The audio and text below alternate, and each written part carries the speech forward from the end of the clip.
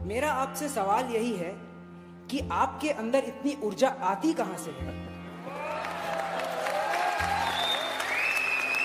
हमें पता है कि आप योगा करते हैं, लेकिन आप हमें यह बताएं कि यह ऊर्जा हम भी अपने लाइफ में यूज करके देश हित के लिए आगे हम यूज करके अपनी देश हित के लिए काम कर सकें आपकी यह ऊर्जा से।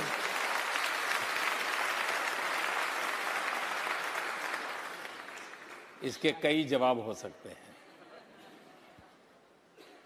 एक तो जवाब अगर मुझे हंसी खुशी की शाम के रूप में देना है तो मैं ये कह सकता हूं कि मैं पिछले 2 दशक से करीब करीब 20 साल से डेली 1 kg 2 kg गालियां खाता हूं।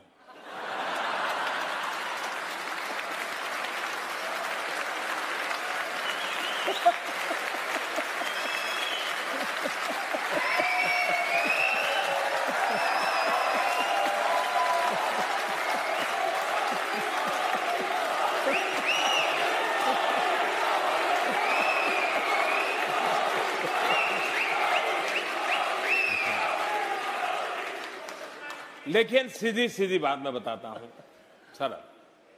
एक पुरानी शायद घटना आपने सुनी होगी कि कोई तीर्थ स्थान था एक पर्वतमाला पर, और तराई के अंदर कोई संत महात्मा बैठे थे, और एक 8 साल की बच्ची अपने 3 साल की उम्र के भाई को उठा करके उस पहाड़ी पर चढ़ रही थी। तो उस संत ने उसको पूछा, अरे बेटे तुझे थकान नहीं लग रही क्या? तो उस बच्चे ने जवाब दिया, ये तो मेरा भाई है। तो संत ने दोबारा पूछा, अरे तुझे, मैं तुम्हारा कौन रिश्तेदार है नहीं पूछ रहा हूं, मैं तुझे पूछ रहा हूं तुझे थकान नहीं लग रही है, इसको उठा के चल रही हो? तो उस बच्चे ने दोबारा जवाब दिया, वो तो मेरा भाई है। तो संत ने तीसरी बार पूछा, अरे मैं तुझे नहीं पूछ रहा हूं तेरा रिश्तेदार कौन है, मैं पूछ रहा हूं अरे तुझे थकान नहीं लग रही है क्या? तीसरी बार उस बच्चे ने कहा, बाप जी ये मेरा भाई है, भाई का थकान नहीं लगता है।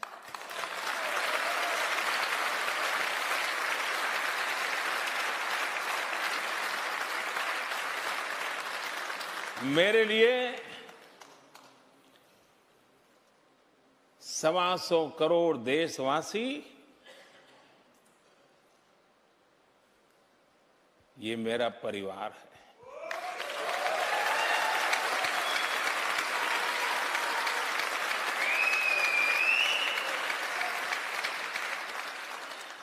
जिस पल आप अपने जीवन में देख लीजिए,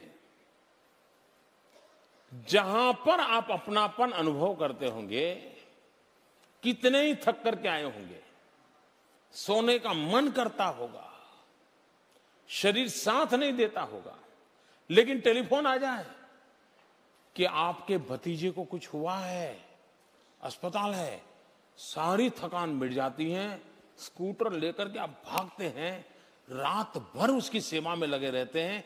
क्यों? आपका अपना है, थकान मिट जाती है, आप स्वयं जुट जाते हैं। मेरी जिंदगी भी हर पल,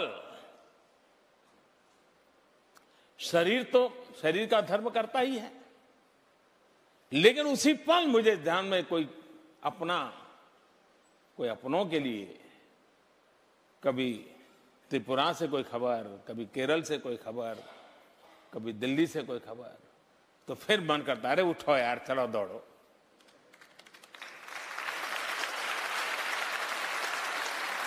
तो सबसे बड़ी बात है मन की अवस्था। दूसरी बात है कि हमें भी, क्योंकि मैं चाहूंगा मेरी जिंदगी ऐसी है कि आज तो प्रधानमंत्री हूं तो कोई चाय भी ले आएगा, पानी भी ले आएगा, लेकिन मुझे मालूम है उसके बाद क्या होगा। और इसलिए मैं नहीं चाहता हूं मैं कभी भी किसी पर बोझ बनूं। ये मेरे मन का इच्छा है और परमात्मा मेरी सहायता करे। ऐसे ही हंसते खेलते बातें करते चला जाऊं किसी दिन।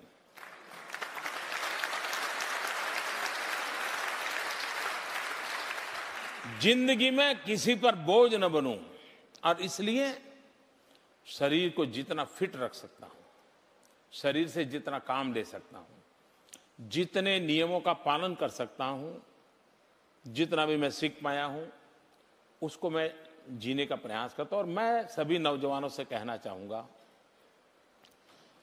कि विरासत में बहुत कुछ मिल सकता है, लेकिन अपने आप को फिट रखना, ये अपने माँ बाप की विरासत के ऊपर भरोसा नहीं रख सकते, वो आपको अपने आप करना पड़ता है जी।